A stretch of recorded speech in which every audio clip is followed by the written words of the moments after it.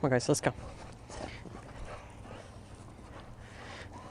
Hey, guys. We got Basie and Lucy and Crazy Ellie. So, I had a little thought today about these three. These three they all live together and they all get along very well. Now, as you can tell, they're just a happy-go-lucky, high-energy dogs for the most part, and you know, with not a lot of boundaries. Now, one of the big problems that I see is a lot of times people love their dogs, but they don't understand dogs.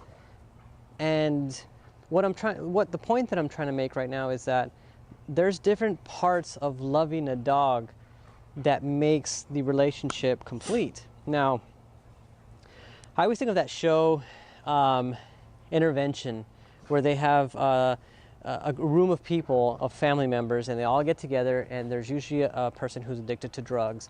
Now, those parents loved their children, loved them so much, but somewhere along the line, they just didn't give them any guidance in certain situations. They thought, well, if I get them this, or I get them that they will come off the drugs.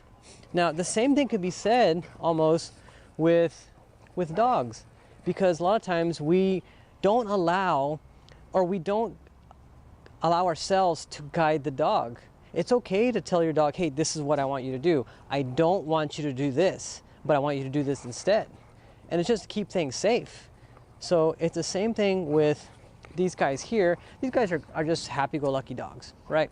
Now, Ellie, this brown dog over here, has a tendency to use her mouth with other dogs that don't live with her. And so, yes, she gets love from me, but there's leading them is also loving them. Guiding them is also loving them. So if I had other dogs and Ellie was starting to use her mouth like she is now, then I'm gonna block her mind and bring her back down. So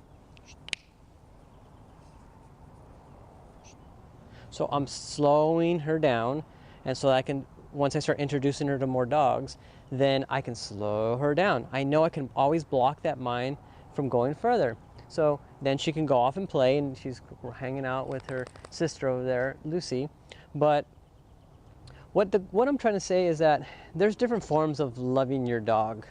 It's also knowing where they come from as well, meaning with their point of view. And it's important to know that as a dog, or any species really, that we have to be able to guide them. You can tell them yes, you can tell them no.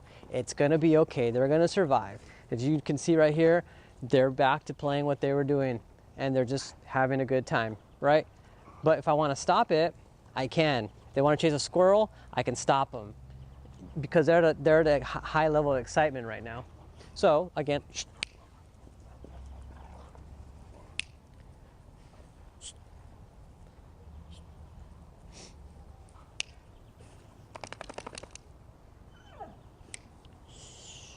thank you. So I'm just slowing everything down.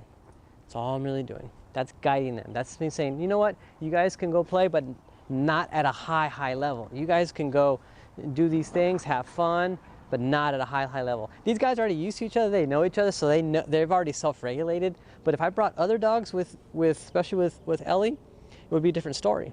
I would have to intervene. And that's how we keep things safe here, is that by loving them, we're also guiding them what they can and cannot do. So I'd like to get a video where I introduce these guys to other dogs. That's coming up next.